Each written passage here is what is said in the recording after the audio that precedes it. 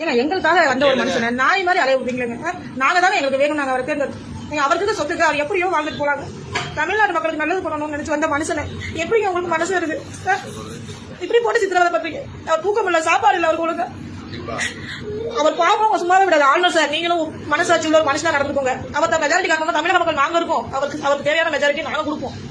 அவரை போட்டு படுத்தி எடுக்கிறீங்க. அவர் பாவம் சும்மாவே விடாது. எங்களுக்கு அவர் தான் வேணும். அவர் தவிர யாரும் வேணும். நான் ஒரு ஊனமான பெண். எனக்கு தேவையானது எல்லாமே எல்லா கவர்மெண்ட்லயும் கொடுத்தாங்க, இல்லைன்னு சொல்லுங்க. ஆனா எனக்கு யாரு ஆண்டா காட்டா இருக்குன்னு நான் முடிவு பண்ணிருக்கேன். எனக்கு விஜய் சார் தான் வேணும்.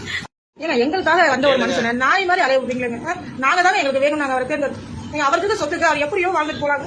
தமிழ்நாட்டு மக்களுக்கு நல்லது பண்ணணும்னு நினைச்சு வந்த மனுஷனை எப்படி உங்களுக்கு மனசு வருது?